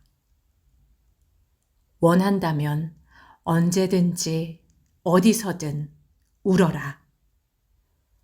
마음 안에 많은 일들이 일어나고 있는 동안 밖에는 할 일이 무수히 많이 기다리고 있다. 그중 하나가 사랑하는 이의 옷을 정리하는 것이다. 다른 하나는 그곳을 어떻게 해야 할지를 결정하는 일이다. 충분히 강해졌다고 생각할 때 이 일을 시작하라. 사랑한 이의 유품을 차마 마주 대할 수 없다면 가족이나 이웃에게 부탁하라. 또한 아직은 버릴 때가 아니라고 여겨지는 유품들은 간직해도 된다. 꼭 사람들에게 알려주라. 사랑한 이에 대해 말하길 원한다고 말하라. 또는 상처가 아직 가시지 않았기에 원하지 않는다고 알려주라. 자신의 요구를 따르기 위해 뭔가 변화시키는 걸 두려워하지 말라. 자기 자신이 원하는 것 이상을 하지 말고 자신의 영혼과 상실에 도움이 안 되는 일은 어떤 것도 행하지 말라. 슬픔은 밖으로 표현되어야 한다. 고통과 슬픔은 오직 표현할 때만이 충분히 실감할 수 있다. 사랑하는 이가 떠나버린 후에라도 그에게 편지를 쓰라. 당신이 어떻게 지내고 그들을 얼마나 그리워하는지 말하라. 편지 쓰기는 홀로 서 있는 세상에서 외로움의 훌륭한 친구가 된다. 많은 사람들이 사랑한 이를 상실하고 자신의 감정에 대해 편지를 쓴다. 이따금 우린 말하지 못한 말을 남겨놓았기 때문에 문자로 된 말은 사랑한 이에게 전해지는 하나의 전달문이 될 수 있다. 죽음은 의사소통의 끝이 아니며 가슴 안에 할 말이 담겨져 있다면 사랑한 이는 그들 가슴 안에서 그것을 느낄 것이다. 여러 면에서 고령의 죽음은 슬픔을 완화시켜주고 마음의 준비를 하게 하고 상실을 대처하도록 돕는다. 젊은 나이의 죽음은 불공평하다는 생각이 들어 슬픔을 복잡하게 만든다. 우리 모두는 젊을 때 말고 나이 들어 죽음을 맞이해야 한다고 믿는다. 이런 이유로 나이가 들면서 슬픔의 다른 면을 보게 된다. 슬픔에 종결은 없다. 사전에 종결이란 단어는 끝내는 행동, 끝내다, 결론이라는 뜻으로 풀이된다. 하지만 형태 심리학에서는 정돈된 만족스러운 완벽함을 만들어내려는 성향이란 의미를 가진다. 이 단어의 어원인 고대 라틴어로 거슬러 올라가면 두 사물의 간격을 줄이다와 이웃을 방해하지 않기 위해 울타리를 친다이다. 슬픔에 대해 말할 때 두 가지 종결을 의미할 수 있는데 하나는 상실 후에 우리의 상태가 빨리 좋아지도록 하기 위한 비현실적인 결말 짓기이다. 또 다른 종결은 상실을 넓은 시각으로 바라보는데 도움이 되는 일을 하는 것을 말한다. 예를 들어 사건의 전말과 그 이유를 재검토해보고 또는 사건에서 빠진 조각을 찾고 그 자리를 채우는 일이다. 그것은 사랑한 이를 죽인 자를 찾는 것에서부터 긴 투병 끝에 죽은 이와 작별 인사를 하는 방법을 생각하는 것까지 두루 아우른다. 사랑하는 이의 상실을 전반적으로 이해하기 위해 하나씩 종결지어 나간다면 그것이 이해의 틈을 메워줄 수 있다. 일어난 일을 발견하기 위해 부검을 요청하는 일은 유별난 일이 아니다. 하지만 그럴지라도 종결은 일어나지 않는다. 그런가 하면 누군가를 위해 의미 있는 것으로 자신의 슬픔을 돌리는 방법을 찾아낸 사람도 있다. 신디 라터너는 술 취한 운전사가 몬 자동차에 아들을 잃었을 때 자신의 분노를 음주운전 반대 어머니회라는 조직을 결성하는 것으로 풀 수 있었다. 자신의 감정을 충분히 느끼도록 어떻게 노력했는가와 상관없이 누군가에게 들었거나 혹은 영화에서 본 그 종결은 실제로는 절대 일어날 수 없다. 하지만 상실을 위한 공간과 상실을 이겨내고 그것과 함께 살아야 할 방법을 찾아야 한다. 인간은 자신이 할 만큼 최선을 다했다는 걸 확인하고 죽음을 맞이하고 싶어 한다. 죽음을 앞에 두고 아직 끝내지 못한 일들에 대해 종종 언급하게 되지만 어느 누구도 모든 것을 다 이룰 수는 없다. 죽음을 맞이한다는 것은 결국 삶이 지금까지 그 자체만으로 완성되었음을 받아들이는 것이다. 슬픔에 잠겨 있을 땐 모든 것을 마무리할 수 있다는 잘못된 생각이 들지만 슬픔은 시작과 끝이 있는 프로젝트가 아니다. 그것은 결코 사라지지 않을 상실의 그림자다. 다만 그것을 겪으며 삶의 외면과 내면 안에서 살아가는 법을 배우는 것이다. 개개인의 삶 속에 슬픔에 적합한 장소는 각자마다 다르며 상실과 얼마나 가까이 융화가 되었느냐에 따라 달라진다. 사랑한 이를 향한 슬픔은 결코 끝마칠 수 있는 것이 아니다. 사랑하는 사람을 한 명도 아니고 그 이상을 동시에 잃거나 또는 사랑한 이를 잃고 슬픔에 젖어 있는 동안 사랑한 사람을 다시 잃을 수도 있다. 많은 이들이 분노의 단계 또는 왜 하필 나인가 라는 단계에서 시간을 보내며 다음과 같은 비합리적인 질문을 종종 한다. 만약에 이랬었더라면 이라는 생각. 만약이라는 타협은 절대 다른 결말을 만들어낼 수 없다. 삶은 우리가 얼마만큼 조심했느냐와 상관없이 본래부터가 위험한 것이다. 하지만 이런 질문이 해답을 제시해 줄 수는 없을지라도 이런 물음을 신문해 보고 마음속으로 그것을 따라가 보는 것은 정상적인 일이다. 사실 슬픔의 다음 단계로 넘어가기 전에 이런 질문이 이루어져야 한다. 산자는 왜? 라는 궁금증에서부터 옮겨가 남은 생에 무엇을 해야 할지를 강구해야 한다. 마치 다시는 살 수 없을 것처럼, 삶이 예전과 같을 리 없고 과거의 자신으로 돌아갈 수 없을 것처럼 느낄 것이다. 하지만 몇 해가 지나 상실을 품은 채 살아갈 방법을 찾게 될 것이다.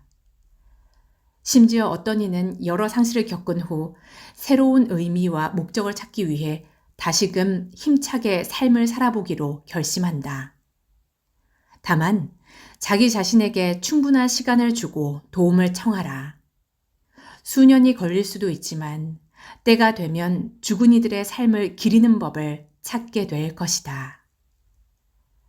이 순간 느낀 괴로운 고통이 사라진 채로 정신적 충격은 인간의 강인함과 인내력, 그리고 그 이후 희망을 가르치기 위해 찾아오는 것이다. 잘려진 나무는 육체적 충격을 경험한다.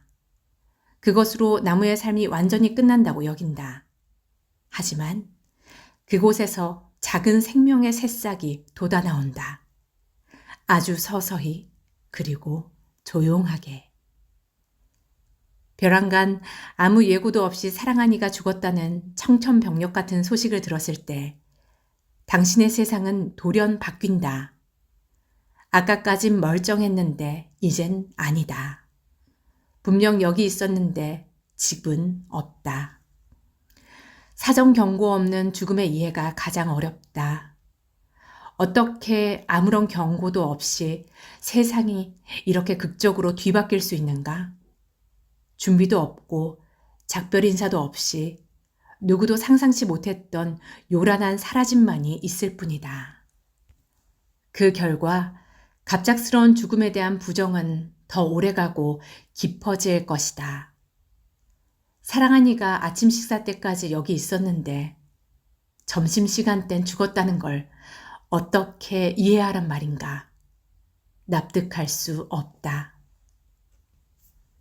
느닷없는 죽음은 자신을 심각한 쇼크 상태로 빠뜨려 버리고 갑작스러운 고통을 버텨내기 위해 필요한 심적 준비를 할 시간도 주지 않는다. 휴가를 언제 어디로 갈지 아내와 함께 고심했던 그 시간들이 아무 의미가 없어진다. 대신 이튿날 아내를 어떤 관에 묻어야 할지를 결정해야 한다. 슬퍼하지 않는다. 아직은 당장 그렇게 되지 않기 때문이다.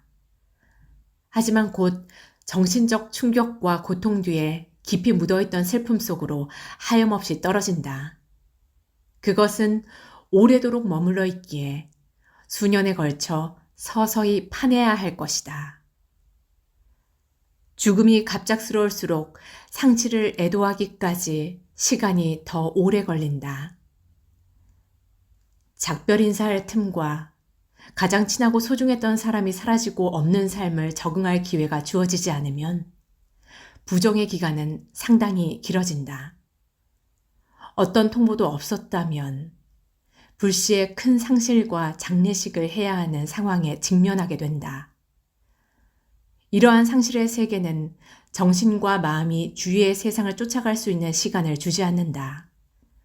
사랑하는 사람과 논의해 볼 시간도 없었던 결정들, 화장을 할 것인지 매장을 할 것인지, 어떤 관을 사용할 것인지, 누구에게 부음을 알려야 하는지, 장례식은 어떻게 할 것인지, 그가 뭘 원했었는지, 그에게 뭘 해주고 싶은지. 죽음을 도저히 현실로 받아들일 수 없는 상황에 어떻게 이런 많은 결정을 내릴 수 있겠는가? 당장이라도 그 사람이 걸어나와 당신의 악몽을 종식시켜 주길 바란다. 사랑하는 사람을 갑작스럽게 잃는 것은 특별한 죽음을 경험한 것이다. 작별 인사를 하지 못한 슬픔은 멀쩡하게 삶을 살아가고 있는 사람을 잃었을 때 가장 큰 상처가 된다. 어떻게 그런 일이 생길 수 있었는지, 그리고 결과를 바꾸려면 어떻게 했어야 했는지를 자문한다.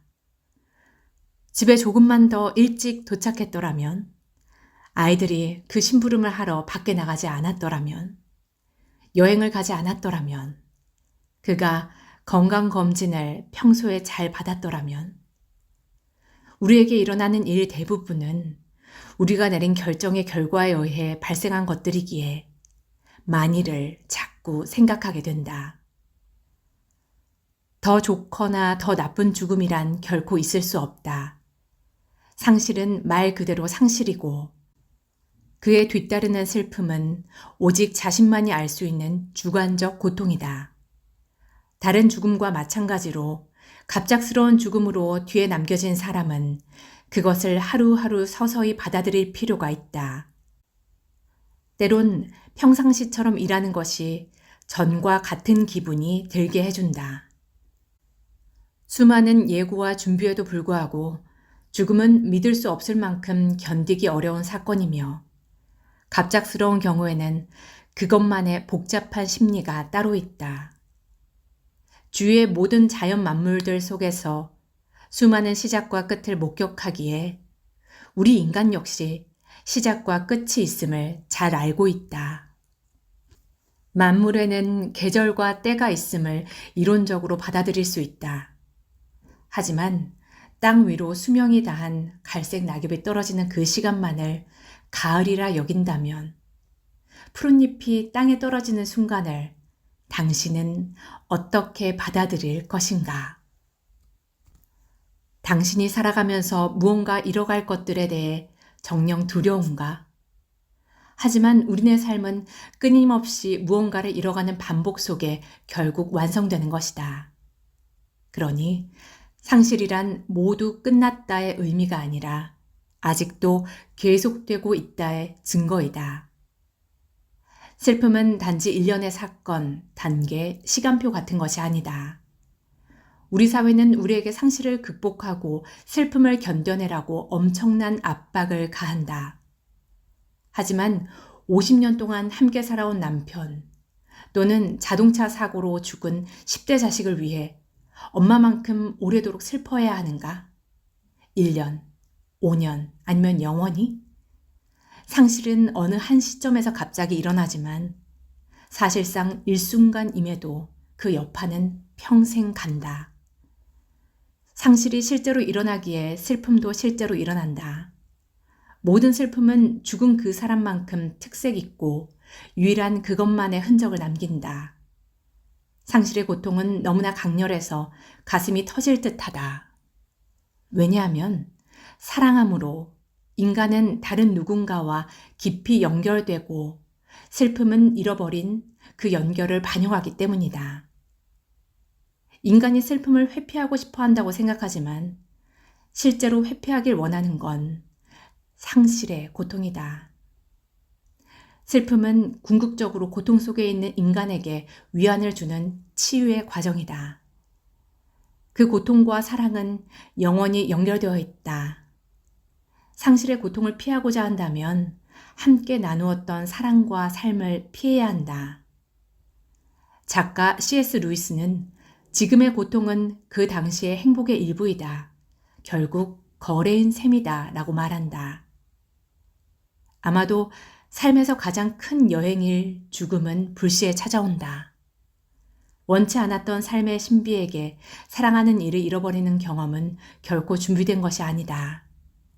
죽음은 사랑한 이와 함께 살았던 이 세계와 지금 그가 살고 있는 영혼의 세계를 분리시키는 가슴 찢어지는 하나의 금인 셈이다. 슬픔은 상실의 고통에 대한 강렬한 감정적 반응이다. 슬픔은 깨져버린 관계를 반영하는 것이다. 가장 중요한 건 슬픔은 치유를 향한 감정과 정신, 그리고 영혼의 여행이라는 사실이다. 슬픔의 힘에는 경이로움이 있다. 우리는 슬픔이 가진 치유의 힘을 인정하지 않지만 그 힘은 엄청나며 실로 놀랄만하다. 그것은 사고나 수술 이후 나타나는 육체적 치유만큼이나 굉장하다. 슬픔은 낙담하고 상처받은 영혼을, 더 이상 아침에 일어나기를 원치 않는 영혼을, 살아갈 이유를 찾지 못한 영혼을, 믿기지 않는 상실로 고통받는 영혼을 변화시킨다. 슬픔만이 치유의 능력을 가지고 있다. 그가 충분히 슬퍼했다면 기적 같은 변화가 일어날 것이다. 치유가 일어나지 않았다면 그것은 대부분 자기 자신이 충분히 슬퍼하도록 두지 않았기 때문이다.